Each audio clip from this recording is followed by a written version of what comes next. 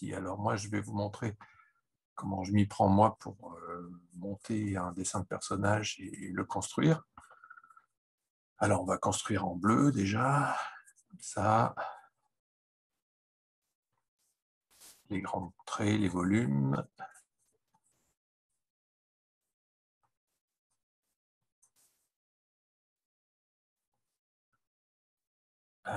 Hop là, comme ça.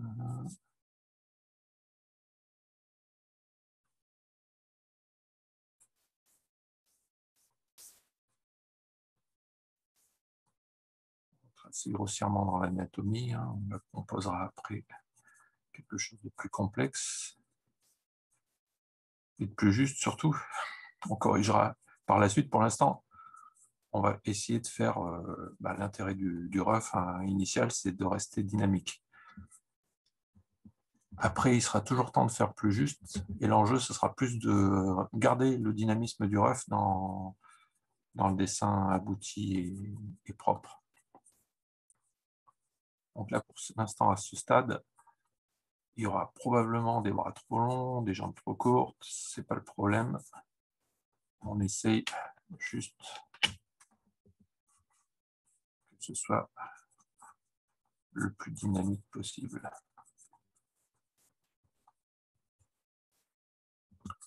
Bon, alors là, je pars sur le personnage principal de ma nouvelle série, Cormac, qui est un Picte, donc un barbare du nord de l'Écosse,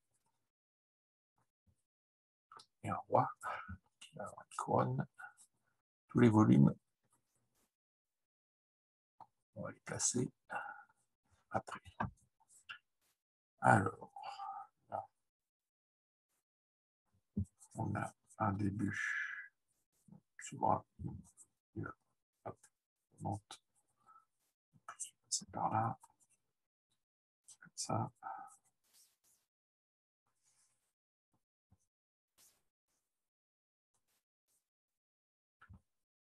Hop.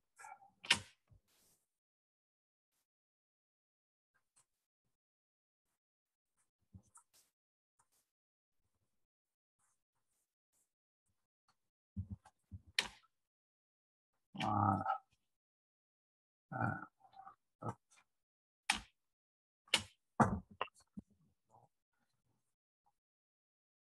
Placer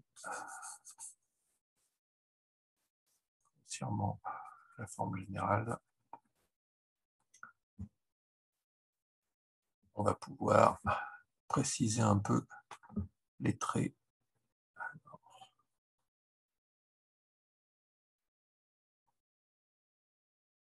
Moi, j'ai des points de repère sur mon personnage, parce que bon, sinon je serais mal pour le dessiner systématiquement.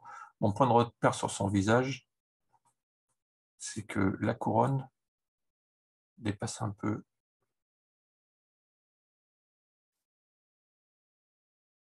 le front, et ensuite viennent les yeux. Donc en principe, il y a une légère ombre de la couronne sur le front, comme ça, ce qui fait des yeux très enfoncés, comme ça, dans les orbites. Et comme elle est très massive, les cheveux, ils commencent là, et la couronne, devant, comme ça. Donc là, je reprends le même truc en construction plus fine. On va placer le nez, hop.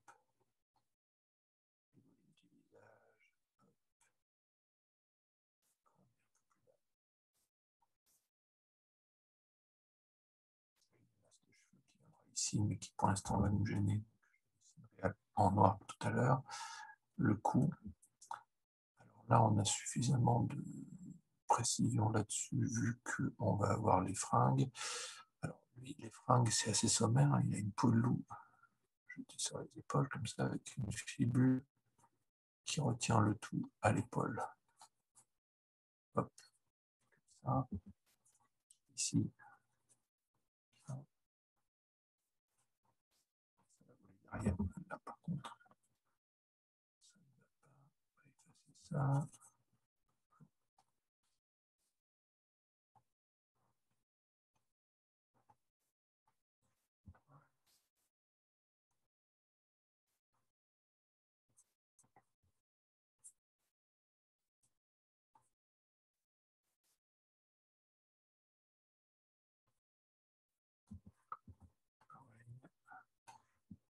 C'était pas le bon angle.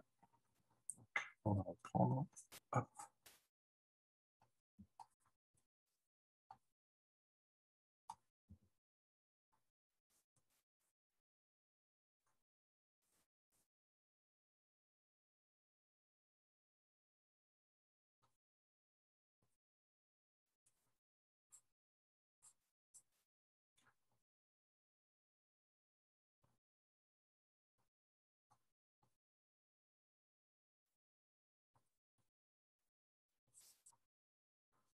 Ok, c'est mieux. Donc là, maintenant, j'ai mon ref grossier, mais il existe. Il pose le personnage.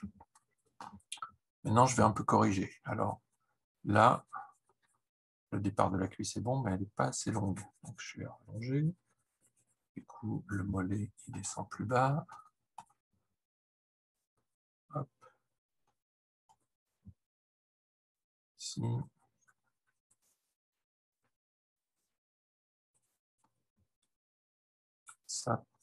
Ça va cacher la jambe. C'est une espèce de pagne. Une sorte de kilt. Ça vient sur le genou comme ça.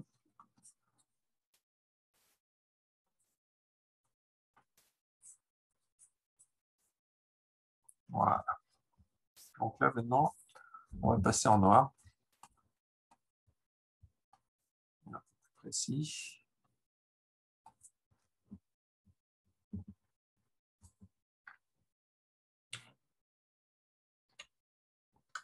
Comme ça. Voilà.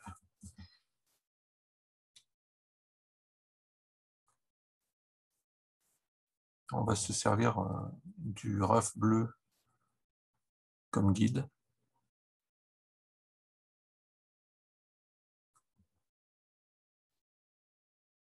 Alors, le piège absolu, pour moi en tout cas, c'est d'essayer de recopier le crayonné. On va considérer que le bleu, c'est le crayonné, et que mon trait noir, c'est mon ancrage. Recopier le crayonné, le repasser, c'est une catastrophe parce qu'on n'est jamais aussi vivant que dans le trait initial.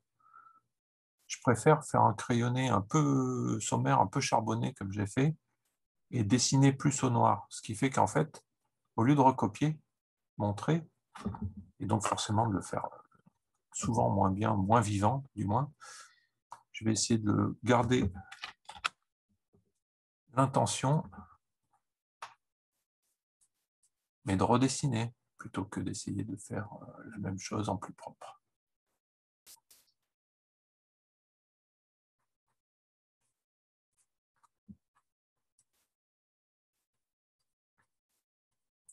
L'ancrage, c'est surtout pas repasser. Alors, c'est comme tout, hein. Moi, je vous dis ça, c'est ma vision des choses, hein. Il y en a d'autres qui ne voient pas les choses pareilles. Moi, l'ancrage, c'est absolument pas repasser le crayonné, c'est redessiner. Donc c'est là que je pose par exemple des choses que je n'aurais pas du tout posées en crayonné. C'est pour ça que j'aime pas faire un crayonné trop poussé sur certaines choses, des choses qui nécessitent, hein, quand vous vous retrouvez avec une perspective à faire, il vaut mieux poser un petit peu plus les choses.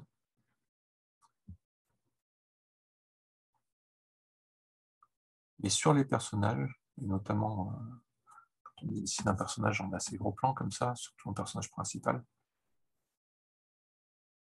c'est un guide.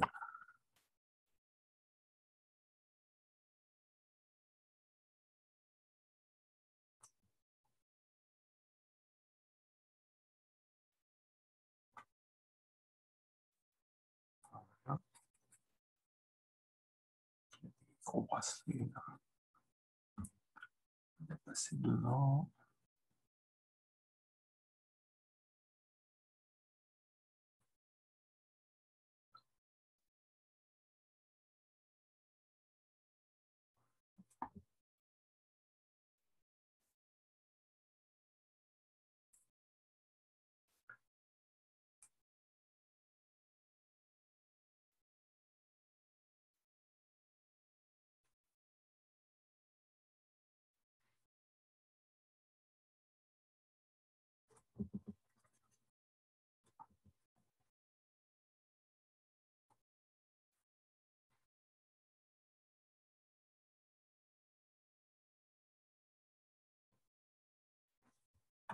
Ok, pour ce bras-là, c'est bon.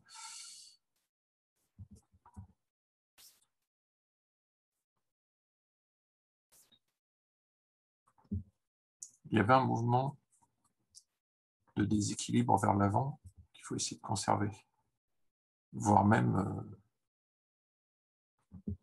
de l'amplifier si possible. Parce que c'est ça à chaque étape, on essaye de préciser l'intention de base. Faire que ce soit encore plus immédiat, de mon point de vue encore plus expressif.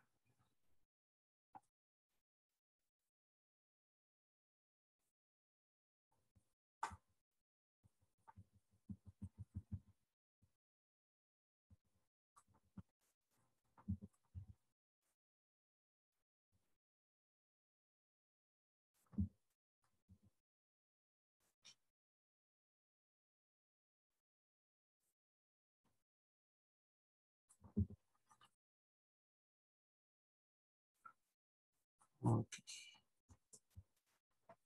Voilà.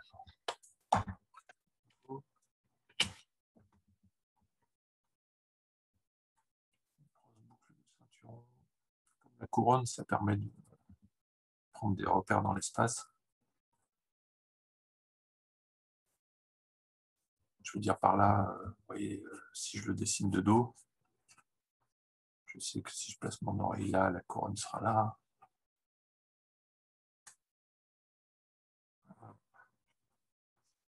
Si je le dessine de face, la couronne va placer aussi les volumes de son visage. Bref, ça aide à prendre des points de repère.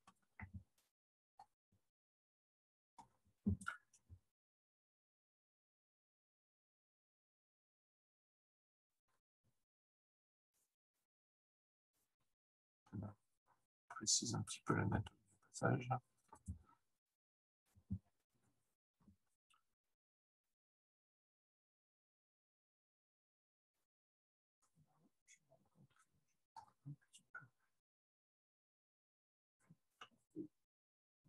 Là, du coup, on ne lisait pas bien. Le passage là, de la couronne aux cheveux.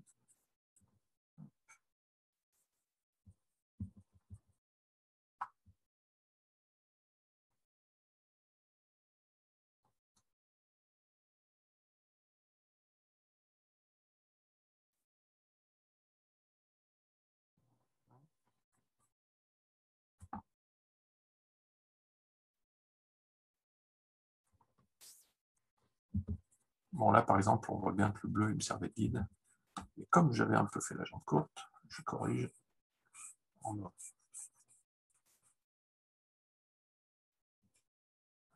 La jambe de derrière, je vais faire l'inverse.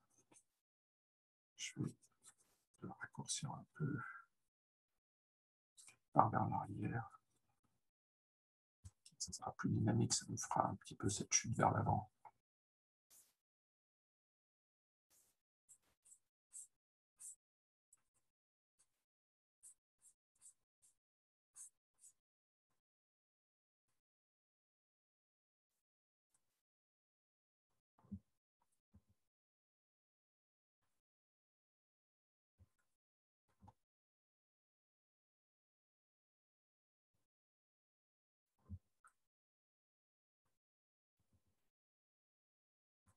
Voilà, ok. Bon, là, du coup, pareil, le poignard, il a changé de géométrie. Juste quelque chose comme ça. On va poser un petit peu des valeurs de gris.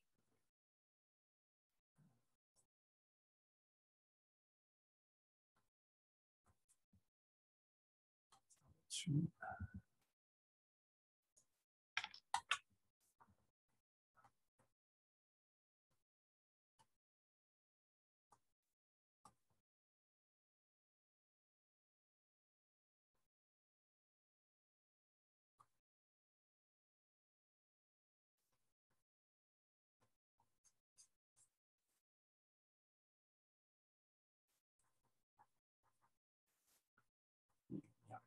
Ça aide aussi bien à l'état, le poids du personnage.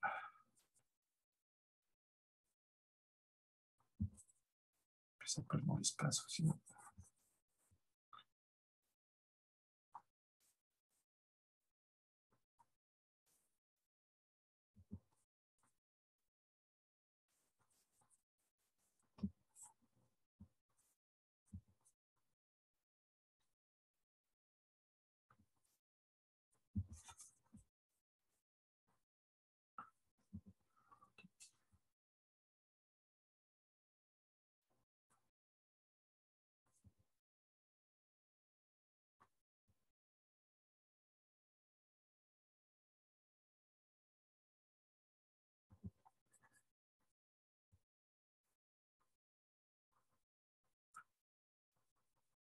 Maintenant que je suis placé un dessin au trait,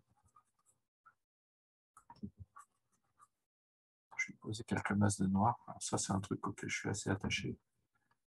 C'est vraiment ce qui structure le dessin et lui donne du poids.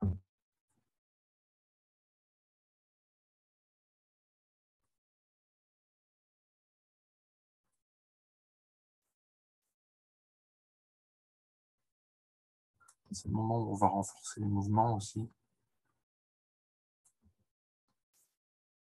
Puis la dramatique, c'est vraiment là qui personnage, enfin, sa personnalité.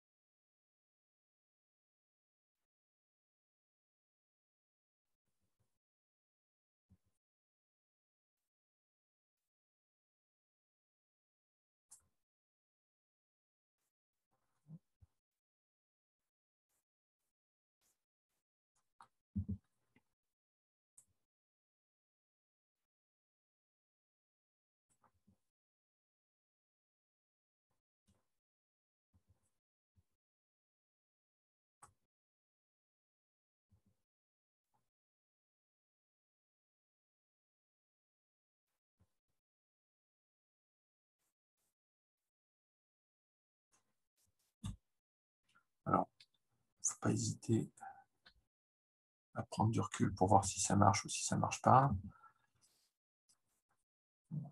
Ça marche à peu près. On a une meilleure vision d'ensemble si on recule un petit peu.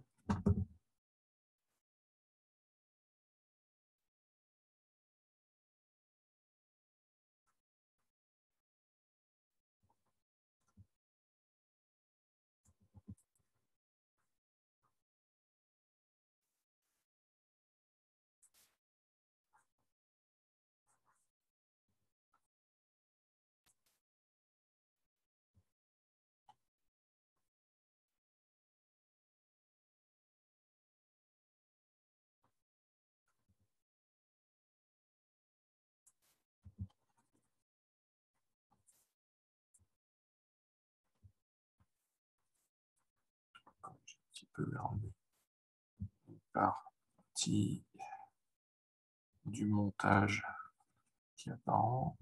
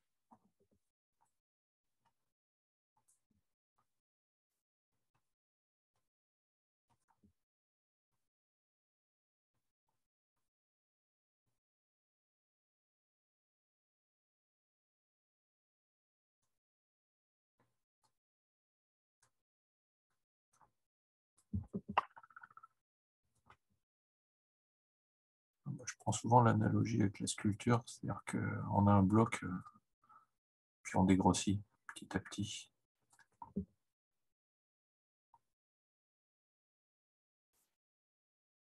Et c'est en le faisant que l'idée peut se transformer, et puis qu'on peut avoir aussi des idées qui germent, des meilleures solutions que ce qu'on avait envisagé au départ. Pour ça, j'aime bien ne rien figer totalement le plus longtemps possible. Qu'à la toute fin de l'ancrage que je verrouille tout et que je me dis ok, là c'est la bonne position complètement, c'est bon, on regarde comme ça.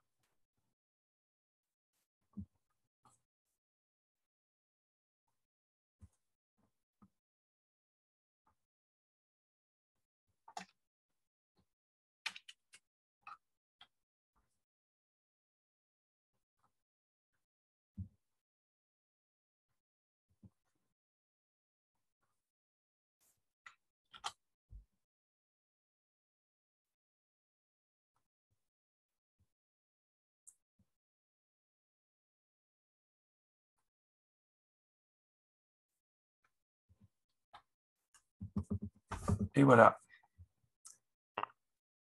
Voilà, j'espère que ça vous aidera un petit peu et puis que ça vous montrera comment je le prends un peu tous les jours. Voilà, merci.